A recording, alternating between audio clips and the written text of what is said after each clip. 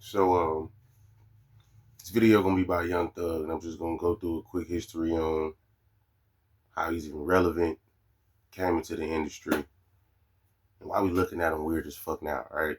So let's get to it. So October of I think 2013, 14 maybe, he came out with the song Stoner. Um, I'm a stoner, I'm a stoner, I'm a stoner. And that kind of that was a hit. Honestly, that was a hit. I liked the song. Everybody liked the song. He got some great feedback, you know, off of that song. And since Young Thug wasn't a known artist at the time, I remember there was conversations of people thinking that there were actually other artists on the song because he sounded so different. How he influxed his voice, how he stretched the words, compressed words, made words sound differently. People thought there were other artists on the track, but then when people figured out it was him, I think that brought even more attention to him because people were like, "Damn, we thought it was like three people on this song. It's the same motherfucker." You know what I'm saying? So that was pretty dope for him, you know. And then I believe he got the attention of Baby around that time, signed a deal with Rich Gang, and then he came out with About the Money, which was one of his biggest songs to date with him and T.I. If it ain't about the money. Um, and then after that, I think the biggest hit he probably has with Rich Homie Quan under the Rich Gang umbrella when he signed the Baby was Lifestyle, and everybody knows that song. Everybody. That was almost like I would consider that a pop song, a pop record. To be totally honest with you, right? So that was I think that's Young Thug and Rich Homie Quan's biggest song, ever to date, right? Especially when we talk in the industry, just in the industry, right? And then took a he did start doing features, a lot of mixtapes. Uh, and all of a sudden he did some people will call it weird activity. He put on a dress that was made for I think like an 8-year-old, right? And a lot of people were thrown off by this because Stoner, it's almost like the Lil Nas X complex. Like he came out with a huge song, came out with another song, then came out with another big hit, and then all of a sudden you just see him in a dress. And it's like, what the fuck? Where did this come from? You feel me? Um, he got a shit ton of flack for it, just being honest. A lot of people didn't look at him the same, but oddly enough, it smoothed over because people were saying, oh, Andre 3000 wore a dress, and what about all these actors? And ATL has a different culture, so he put a stigma on himself that he did himself. It wasn't like he was paid to do it. If he was, we don't know. And it's funny because later on down the line, he said he stopped wearing dresses because his son wanted to wear a dress. And so he saw the influence when his son wanted to wear the dress. I don't know why he didn't think about that at the time for himself, but later on, you know, he stopped wearing the dresses. But at this time, he got a shit ton of flack for it. You know what I'm saying?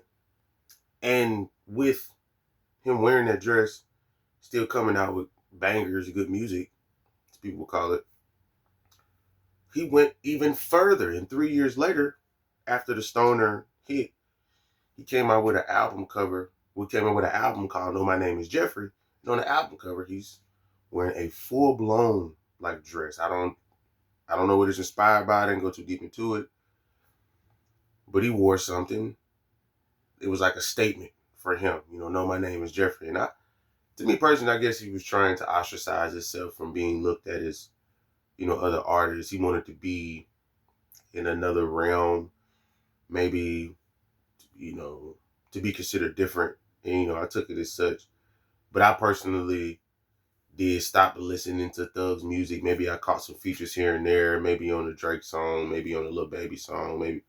But I kind of stepped back because I was like, I don't know, where this guy is going to go or none of that shit, right? So that's just an aspect that I feel like I should point out, right?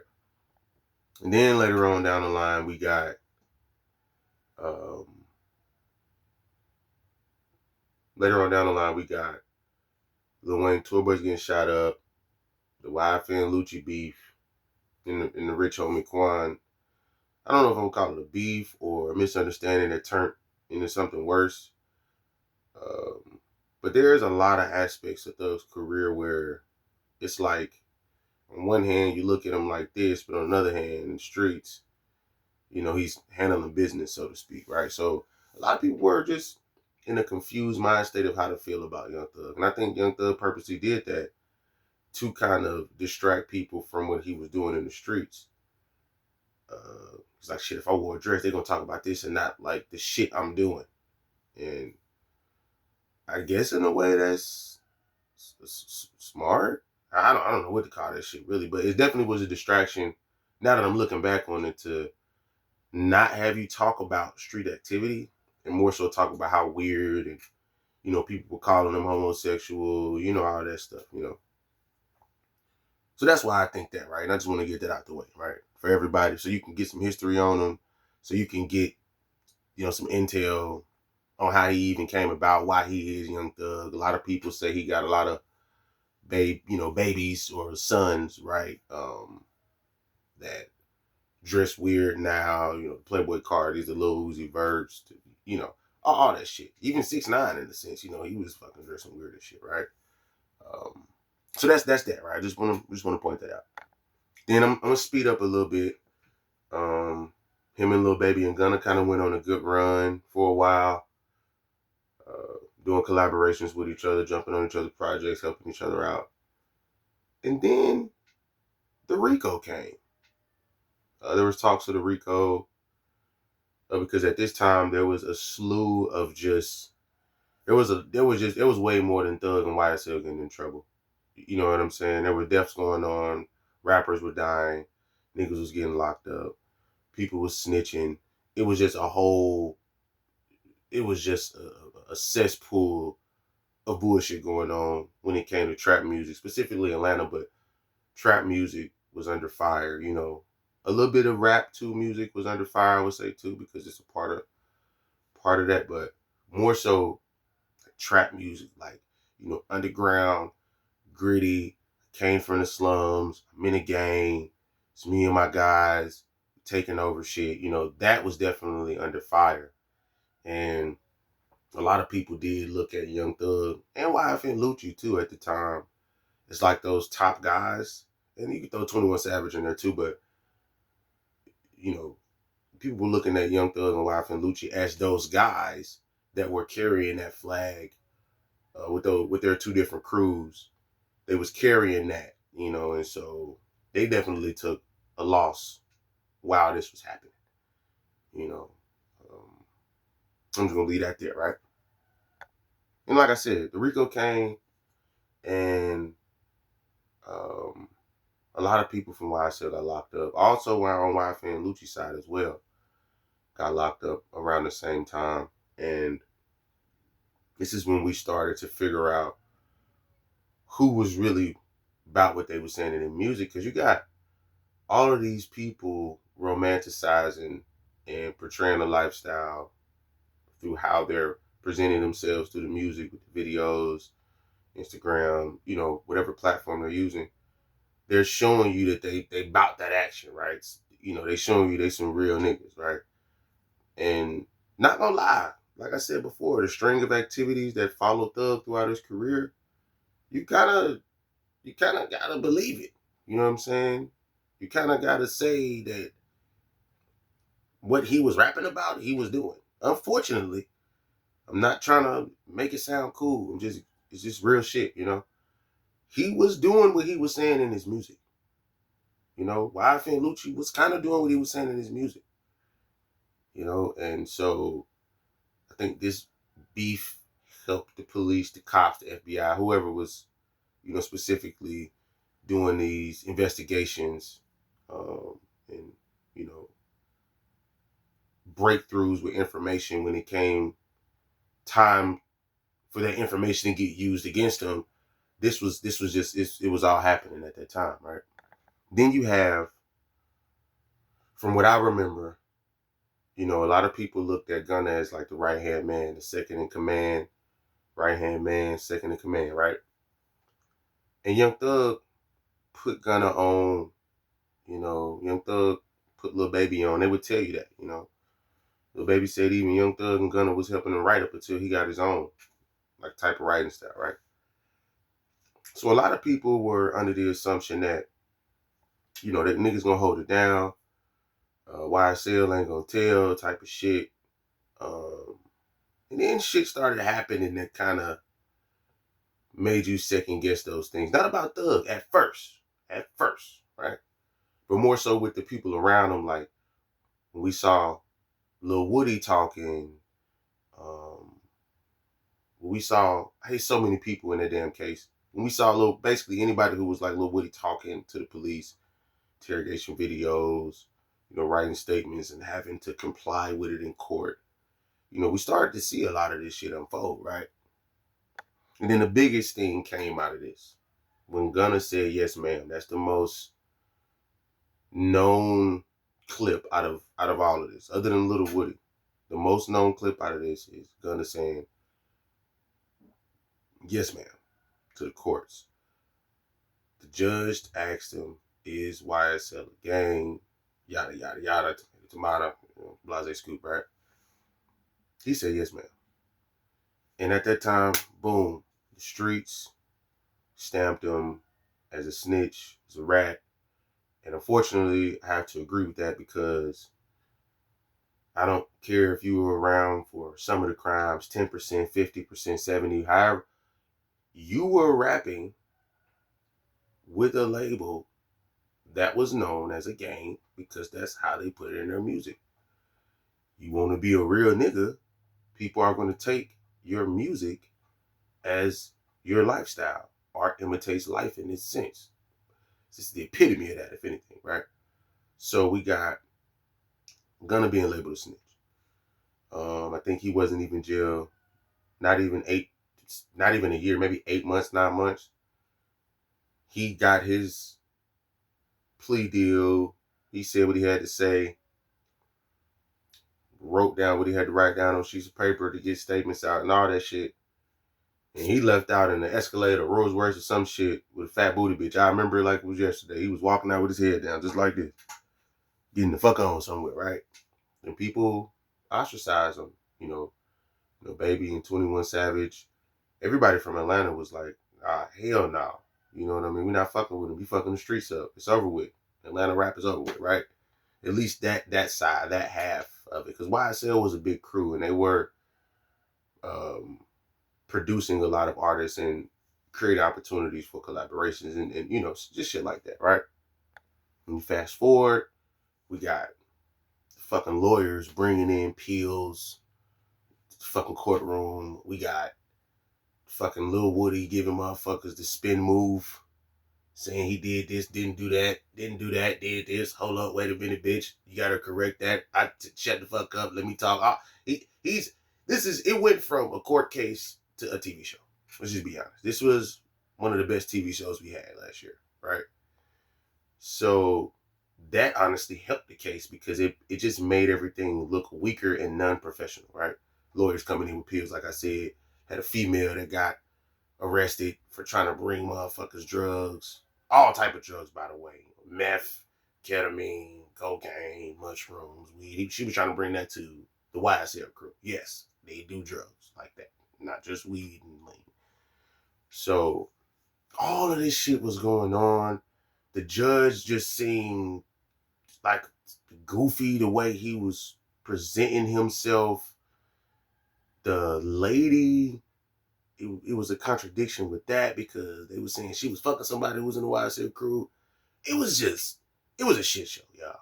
Just be honest, right? If I go through every fact, even like Jack Harlow's name popped up at one time with the Rico case. What the fuck is Jack Harlow's name doing in the YSL Rico case? It is what? So it was nasty, right? Then Young Thug miraculously gets probation. 10 years, I think. 15 years. Some crazy number, right? Got banned from Atlanta. All this shit. And a lot of people are anticipating him coming out with some great music. He comes out with some music. People aren't really receptive to it because they're saying it's watered down, because you can't talk about the gang shit to hype it up and pipe it up. You ain't keeping it P no more. You ain't pushing P no more. And this is around the same time when Gunna, when he got out, he was hot. Dropped Bread and Butter, and from Bread and Butter on in, it's just been off to the races. It's been off to the races. Shout out Screwface Gene, because that nigga, what'd he say? He said he was blessed by the blood of Jesus. Because, like, and there were a couple of instances where people came up to him with a camera and said, "Oh, you a rat." They tried to do him like 6ix9ine, right? "Oh, you a rat. You can't never go back to this and that, da, da, da." He fought through all of that shit. And what's even weirder about it is that he was still signed under YSL. So Young Thug was still getting a piece of that shit every time Gunna dropped. So Young Thug looked like this devious, evil genius who just playing like 4D chess. You know what I'm saying? Like, he's like, "I don't fuck with you, but you're gonna give me my money."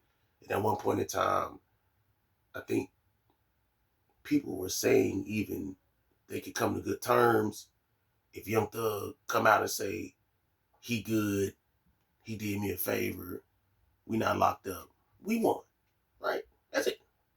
There was a narrative at one point in time of people saying, if Young Thug says that Gunna is okay, then we have to rock with that. We're going to rock with Gunna. He wouldn't be considered a snitch. Which is word soup, semantics, all in one. It's ridiculous how people try to say Gunna, right? Because Gunna, let's get it, man. Gunna's a snitch, right? He's a rat. But nigga can rap, right? Music sounds good, right? And then we have Karma. It was almost like the universe just worked in Gunna's favor, because Gunna stayed quiet. He stayed down. He dropped good music. He completed his contract, signed a new deal, and just kept going. He just kept going. He just kept dropping bangers and kept going. Fuck You Mean went crazy. Bread and Butter. I mean, all of this shit. And everybody is slowly but surely starting to realize is Young Thug falling off without Gunna. You know what I'm saying? Because this is around the same time when Lil Baby was dropping like some mid, very underwhelming music compared to like My Turn. You know what I'm saying? Shit like that. So a lot of people were starting to question Young Thug's pen, you know, but they wasn't questioning this gangster, right? And then the Interrogation video comes out of him speaking about the incident with Lil Wayne's tour bus. And that is what stamped the reason why Gunna was so quiet, stayed down. He probably knew about this shit. He just didn't want to fall back into being considered some type of gangster or trying to fight for that title to be off his name. I felt like, because he was like, when it comes out, I'm already have great music. I'm already have collabs on the way. My music is gonna speak for itself. Y'all can feel how y'all want to feel about me. I'm gonna come out, I'm gonna work out. You know what I'm saying? And that's it, right? And I was surprised even Offset, you know what I'm saying, did a collaboration with him, to be honest with you. Kind of pissed me off at first, but slowly but surely I realized that it's selective politicking, you know what I'm saying? But when the Interrogation video came out about Young Thug naming Roscoe, like, "Oh, I think he did this, did the crime, I'm not trying to stop the case." It was weird how he tried to word it. And even Roscoe, it was even weirder because Roscoe came out and said he didn't snitch on me, but he literally implied you in in a crime that we all know about. that we are allegedly accusing Baby and you and Roscoe for trying to take out Wayne because of the whole thing. That's a whole nother video about you owing them cash and just all that shit, right? And now Young Thug has to fight the allegations and beat the allegations on being called a snitch himself. Right? Oh my God. We had everybody come out the woodworks. Lil Woody, Roscoe, anybody in YSL, Yak Gotti, everybody who was dealing with the case, if they're not locked up, they talking about it. And I think it's just karma working at its finest, because you said all this bullshit about Gunna when you know for damn sure that you imply niggas who either have been locked up, got locked up, or about to be locked up for what you said. And it resembles what Gunna did. You get what I'm saying? Implying niggas in crimes. Either by saying, oh, the drugs ain't mine, and it's only one other person in the car that's Thug. Or, yes, YSL is a gang. Right? And if you made it to this video, which is getting towards the end, I don't want to make it too long. If you made it to this part, I want to say that be careful about the music that you listen to, because somebody like Young Thug, there's a lot of Young Thugs out there who gonna act the hardest, distract you with weird shit, because he even got a tweet out talking about some everybody taking dick, and I'm like, that's another distraction. That's that, him saying that tweet is another distraction, like how he was wearing the dresses, to me. Like, you're just trying to take my mind off of what everybody else is talking about. You're trying to save face in a weird way by still playing off that homosexual, celestial, bisexual vampire shit, right? To literally get our minds off the fact that you did the same thing, if not worse. If not worse, you did the same thing Gunna did. You implying people in crimes. You tried to sly away, play with niggas' mental highway, acting like you didn't crash the car. You just got a flat tire. Nigga, you crashed the whip. You crashed out. You fell under pressure. And then, why wouldn't nobody think he didn't do it? Because the reason why they was on his ass was not just because of the Lil Wayne shit, I feel like, but more so because of a teenager died within this war with him and YFN Lucci, allegedly. Right? But they both went to jail for the crime, so I'm still want to say allegedly because I don't know everything. But I stopped fucking with Thug when he started wearing the dresses, but then I stopped fucking with him completely when I heard that a teenager around the age of like between 13 and 15, maybe between 12 and 15, died, had nothing to do with it. You got teenagers out here who in the streets, right? I'm not saying that. What I'm saying is this kid was going to school, coming home, walking to his parents' house. You know what I'm saying? And he was just around whoever was Young Thug's enemies and end up getting capped up, end up dying because of allegedly what Young Thug caused. And YFN Lucci too, but nigga, just shoot at the men. Just shoot at the niggas who you got beef with. A lot of people want to say, oh, ain't no rules in the street, this and that. There's rules in war, my nigga. There is a time, unfortunately, where if you want to eradicate a race of people, yeah, get rid of the kids. Let them go. Be gone with them. This wasn't that, man. We talking about street shit. We talking about shit that probably ain't even worth $500,000 in all. Like, these niggas weren't seeing no money like that, because if you was, you wouldn't be warned. You'll be trying to figure out a truce. Think about it. Why the fuck would you be shooting at niggas if you got it like that? That means you have nothing to lose, or you didn't have much to lose, or you didn't appreciate what you had because you felt like it wasn't enough to give a fuck about no way. So regardless of the fact, they didn't really have shit like that. And I'm just gonna keep it a buck. A lot of these niggas ain't even got over $10,000. I don't give a fuck what they telling you. It be the plug. cash that they be putting on with their money and shit. It be the industry. They don't, it's not theirs. It's a facade. The streets ain't a facade. That shit real as fuck. It's the people, the personnel, the entities that represent what you see as the streets, that's the facade. The streets is always going to be the streets. The black market exists. I don't know why y'all think that this whole streets is a myth shit. Don't get tricked into thinking that. There's just way more civilians than it is street niggas, than it is gangsters, gang members, mafia members, mob members, cartel. Yeah, that's true. But you can't tell me they don't exist. That's bullshit. We can't keep tricking people. If the streets didn't exist, then why the fuck is all this street shit happening? Why y'all so interested in talking about it? I don't like YouTubers who's saying that streets is a myth. That's not true. It's just simply not true. I got somebody who was shot, same age as me, in Chicago. Shot like 8, 10 times. Streets is real. The people in it aren't, because they're not following the rule. People want to, I'm not condoning it. I'm not trying to romanticize it or influence somebody to go in the streets. But if you do, there are rules. Just like if you have a job, there are certain guidelines and rules on how to handle the job. What the fuck?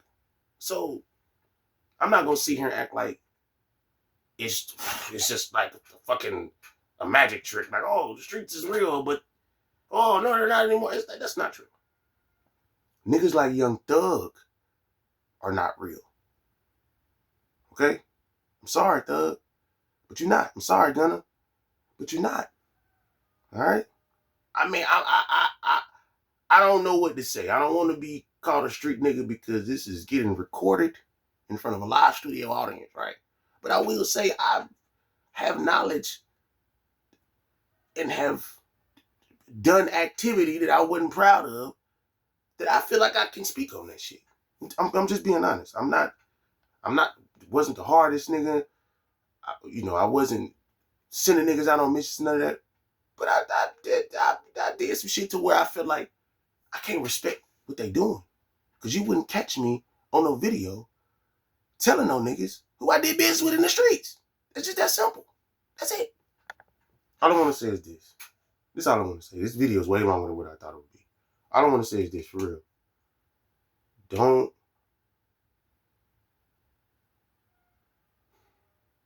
Don't try and chase something that when the tables turn on you, you try to run away from it. Because this lifestyle is going to chase you at one point in time. When you get caught up, are you going to stay down? Again, I'm not condoning nobody to go in the fucking streets and shoot somebody's face off for $5,000 check, $10,000. I'm not saying that. I'm not telling you to go be a robber. I'm not telling you to go kill cops. I'm not telling you to go kidnap motherfuckers.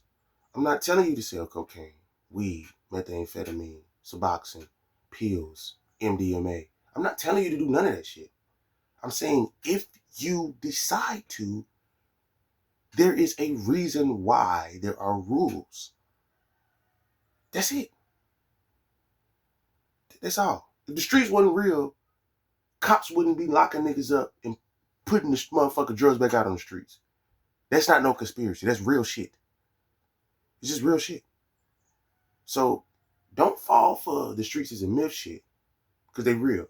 But don't fall for getting into the streets, because what's more dangerous,